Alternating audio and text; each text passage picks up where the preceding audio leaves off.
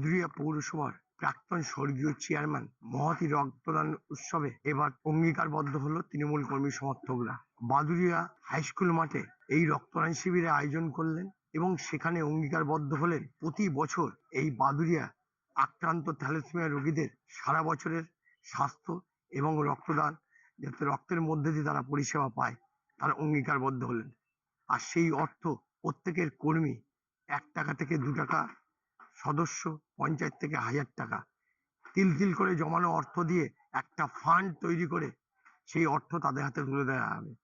আর এই রক্তদান উৎসবে হাজির হয়েছিলেন রাজ্যের দমকল মন্ত্রী সুজিত বসু, সাংসদ পার্থ ভৌমিক, বীরবাহু হাঁসদা এবং খাদ্যমন্ত্রী রতিন ঘোষ সহ এলাকার নেতৃত্ব।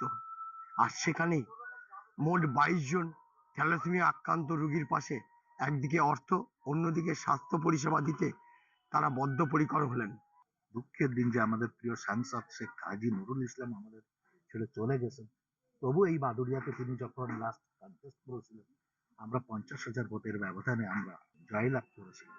সুতরাং ফলাফলই কিন্তু বলে দেবে বাদুড়িয়াতে আমরা মানুষের সাথে কেমন ভাবে তাদের রোজকার সমস্যা সম্মুখীন এবং তাদের পাশে এসে আমরা দাঁড়াই।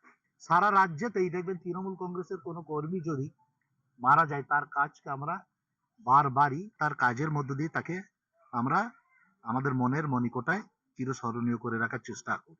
এর ফলে দলের যারা কর্মী তারা নেত্রীর প্রতি আস্থাভাজন হন এবং নতুন করে দল করার উৎসাহ বা উদ্দীপনা পান। যে কারণে দেখবেন আমরা আমাদের এখানে আমাদের নেতা ছিলেন তুষার সিং, তার শরণার্থেই আমরা এটাকে এইভাবেই প্রতি বছর আমরা তৈরি করি। আমার শহর বাদুড়িয়া থেকে সঞ্জিত চক্রবর্তী, কলকাতা টিভি।